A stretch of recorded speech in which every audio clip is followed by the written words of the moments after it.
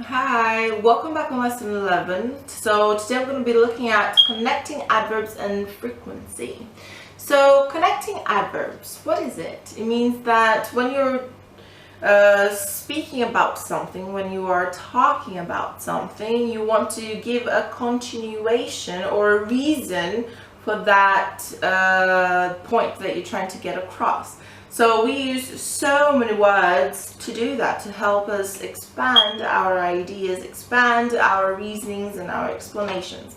So for example, here we have, just to begin, however, nevertheless, and therefore. Okay, we normally use them to connect the expressions and the clauses, but here I have just a little bit of examples how to use them in a phrase. So I would like to go skiing, however, I have too much work to do. She was very busy, nevertheless, she found time to go swimming. Okay, then we have more adverbs of frequency, which remember how often something is done. So, example, often the wind blows less strongly at night. And then we have more examples of frequency. So we have seldom, frequently, always, rarely, often, before, never. We had a look at this in the previous lesson. So we are always on time. He rarely makes a mistake. I have often wondered about that. So there are many examples here for you to have a look at and read as well. And of course make sense of it. And then we have once in a while, as often as. Next part, we have the conjunctive adverbs as well, which is therefore, however, in fact, in addition, nonetheless, on the other hand. And there are many examples which I really want you to read them, okay? Read them and try to understand. At the moment, don't do those big exercises. Just read them and try to understand them. And then we have an exercise which you have to choose one of the options. Here's an exercise of 6. And in the bottom you have the key, so you know it's here to help you. Example, you need to put more effort into your work. Moreover, otherwise, unless, instead. Those are the key.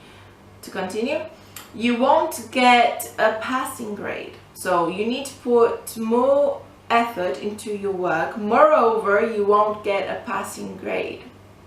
Doesn't really sound good, does it? Otherwise, you won't get a passing grade. Unless or instead.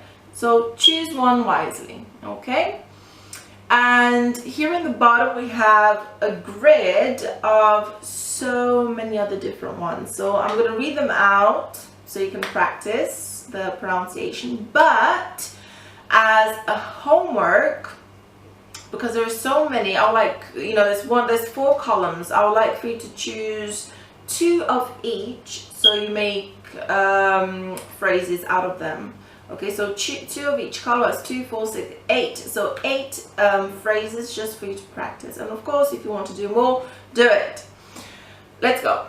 After all, after a while, all in all, and yet, as long as, at last, at length, at that time, at the same time, despite that. Equally important, even so, even though, for all that, for example, for instance, in addition, in brief, in contrast, in fact. In other words, in particular, in short to illustrate, in simpler terms, in spite of, in summary, in the first place, in the same way, it is true, of course, on the contrary, on the other hand, on the whole, so far, that is, to put it differently, to summarize, until now. Okay, so there are many of them. Choose 2 of each column just so you can practice, okay? At last, we meet again. I don't know.